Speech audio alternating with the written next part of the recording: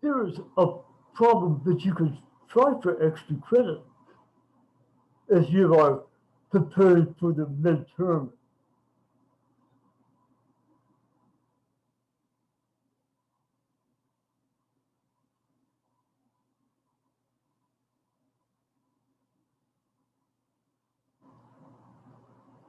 I said that this would be worth 10 points, but I think I will make it 15 points instead.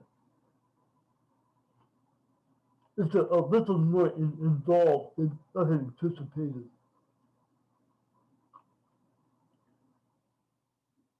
And then some hints for your answer.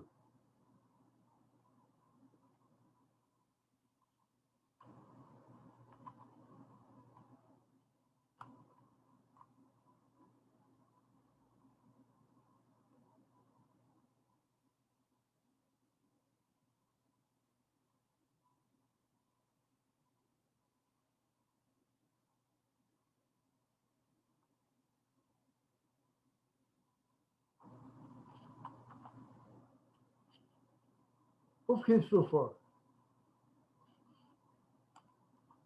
So we have taken a look at a simple formula for interest parity. And I quite agree with yours, John, that it may be, if anything, too simple. Let's include an analysis of inflation. Okay, now let's move on by relating the foreign exchange market to the money market in Kazakhstan. So far, we have been talking about the foreign exchange market. On the vertical axis is the exchange rate, and on this horizontal axis was the interest rate. Now, in the lower part, the lower half of the graph, we will add the money market, money supply, and money demand. As we are moving down the lower half of the graph, so the money is increasing. Money is higher here than over here.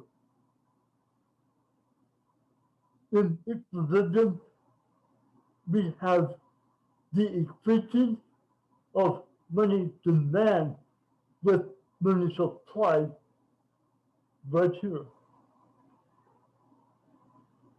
That sets the interest rate as well in the foreign exchange market. So there's a lot of information in this analysis. Question, why is it the case that money demand has an increasing slope like this? The money supply is horizontal because we assume that the national bank will not change money supply. So what about money demand?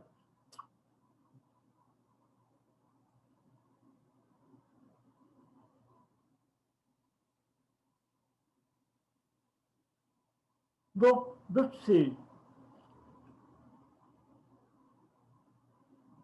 As we are moving in this direction to the right, the interest rate is rising in Kazakhstan. Remember that the interest rate uh, relates negatively to the demand to hold money. If the interest rate is high, people to uh, spend on piggy on securities, stocks, other assets that are paying that higher interest rate.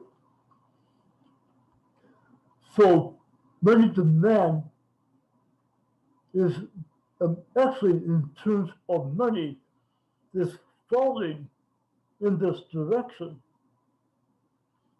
because money is rising if we go down rather than up. So it's a strange world. It takes some time to get used to. But just remember, the money supply of demand is increasing in this direction.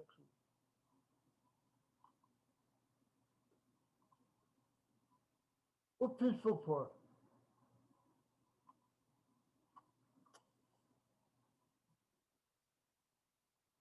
And there is the explanation of the money market analysis. I will give you a minute to read this.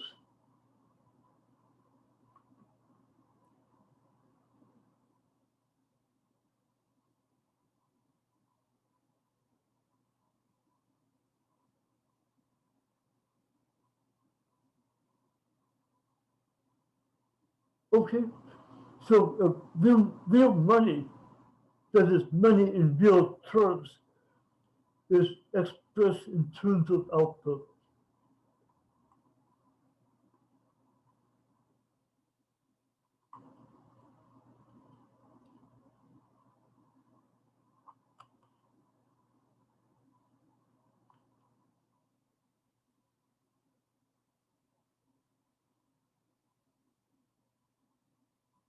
And there is the explanation of the overall equilibrium.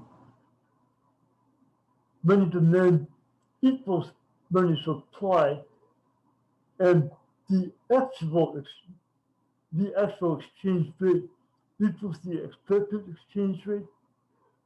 And then finally, we have a global equilibrium in the long run for the interest rate. Those are the three equilibrium conditions: money, the exchange rate, and the interest rate.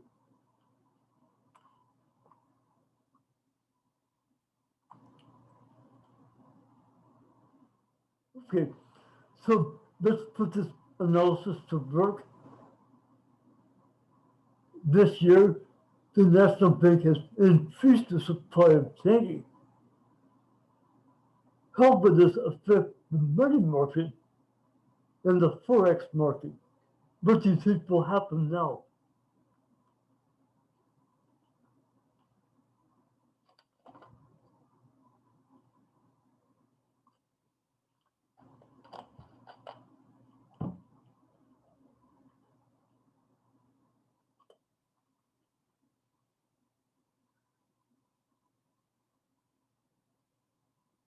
Well, let's try it first in terms of the ISLM model. So I'm going to clear all of this. No, wait a minute. In fact, I think it'd be easier just to work with that particular graph. Okay, so now uh, we have an increase in money supply. So how does that affect the L1 curve? The National Bank is printing money.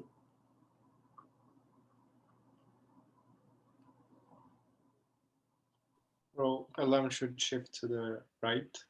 Good. Why? You're correct, but why are you correct?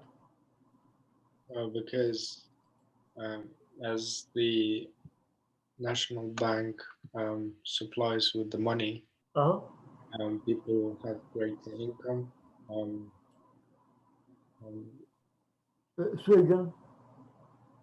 People will have a greater income, so the companies, and as there will be more money in the country, Uh-huh. as government supplies with the money, there will be a greater income Uh-huh. for the. But why does that affect the equilibrium in the money market? You're very close. Um, Money demand equals money supply. Good, yeah, exactly. In equilibrium, yeah. So when the bank creates money supply, now we are out of equilibrium. Initially, money supply exceeds money demand.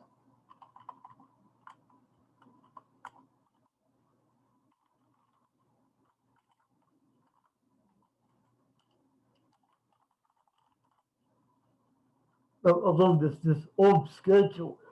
So the old schedule is no longer an equilibrium relationship. It is no longer valid. We need some way of increasing money demand. Now your story kicks in. It is the rising income that will raise money demand until it equals money supply at a new high level once again.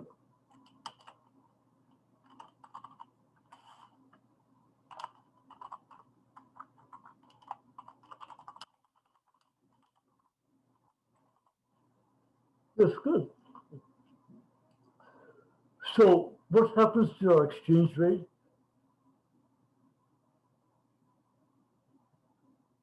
Not a trick question. Yes, you're correct. The exchange rate will increase because the uh, the surge in money supply will reduce the value of any given penny, and income will increase as well. If only to satisfy the equilibrium conditions. But I agree with your Keynesian analysis that higher money may mean higher output as well. People want to buy more.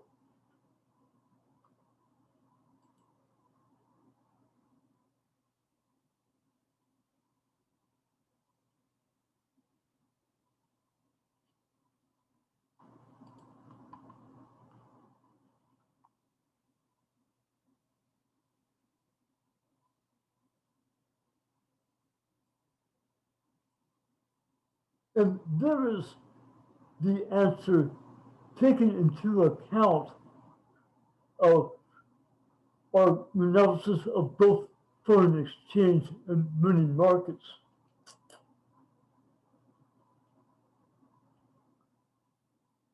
The interest rate is, is the price of holding money, the opportunity cost. So as we increase money supply, the price of money has got to go down. The interest rate is decreasing in that case.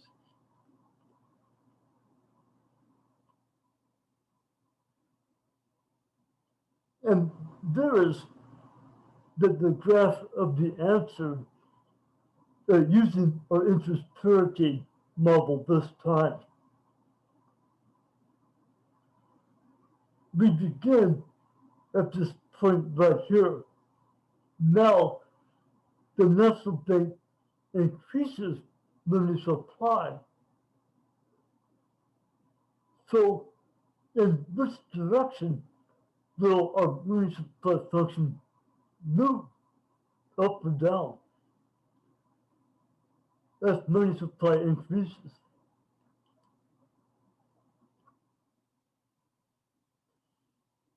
Well, remember that money is increasing as we are going south on the axis. So here is the new higher money supply in real terms. We have an increase in money from here down to here. So look at what happens now in the graph. We had equilibrium right here, and then we move to this point here. Money supply, does it exceed or does it fall short of money demand at this point?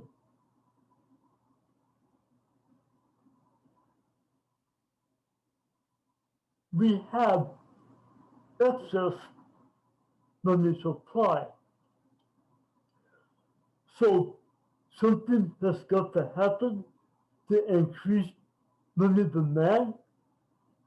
That something is a fall in the interest rate. We move in this direction.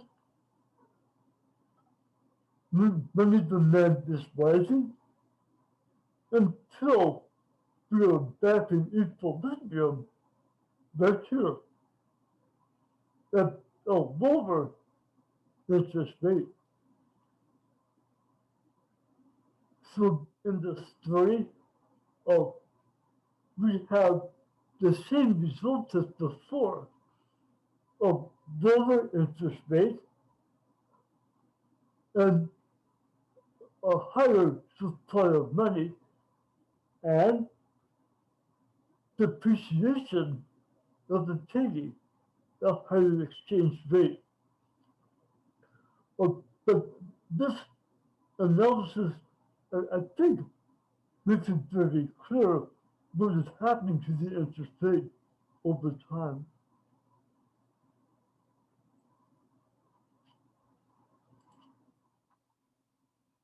Okay, so I will stop there. The main point that I wanted to make is that the money market and the foreign exchange markets are related to one another. It's a good idea to analyze them both at the same time. And just remember that things look a bit weird in this model because money is increasing as we move in this direction, but the exchange rate is increasing as we move in this direction in the top half of the graph.